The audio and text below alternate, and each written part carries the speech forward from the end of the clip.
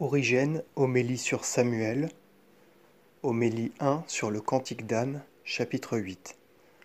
Le Cantique d'Anne, les circonstances. Mais il est temps de dire maintenant quelques mots de la prière qu'Anne répand en offrant à Dieu Samuel après l'avoir sevré.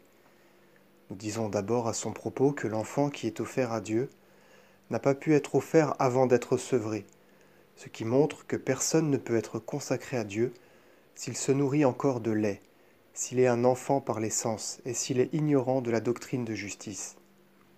Il ne peut dispenser les mystères confiés aux prêtres s'il ne renonce pas aux choses de l'enfance et ne monte pas plus haut que ceux à qui l'apôtre dit « Je vous ai donné du lait à boire, non de la nourriture, car vous ne pouviez pas encore la supporter. » Du reste, si l'on s'en tient à la lettre, vaut-il la peine qu'un enfant qui vient d'être sevré soit offert à Dieu, là où sa mère ne sera pas, où il n'y aura pas de nourrice pour le choyer, ni aucune des aides nécessaires pour élever un enfant. Mais vois que la parole de l'Écriture a été formulée de manière à enseigner figurativement que tout homme qui commence à se convertir à la foi se nourrit de lait, et non d'une nourriture solide, comme il est dit ailleurs. Vous êtes devenus des gens qui ont besoin de lait et non d'une nourriture solide, car quiconque est nourri de lait est étranger à la doctrine de justice, parce qu'il est un enfant.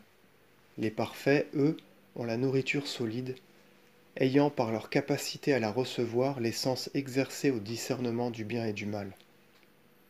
Donc celui qui n'est pas encore sevré, mais qui est un petit enfant, ne peut pas monter au temple du Seigneur, ne peut pas monter jusqu'aux fonctions des prêtres, ni assister au sacrifice, et pas même sa mère n'y monte, alors qu'elle pourrait y monter.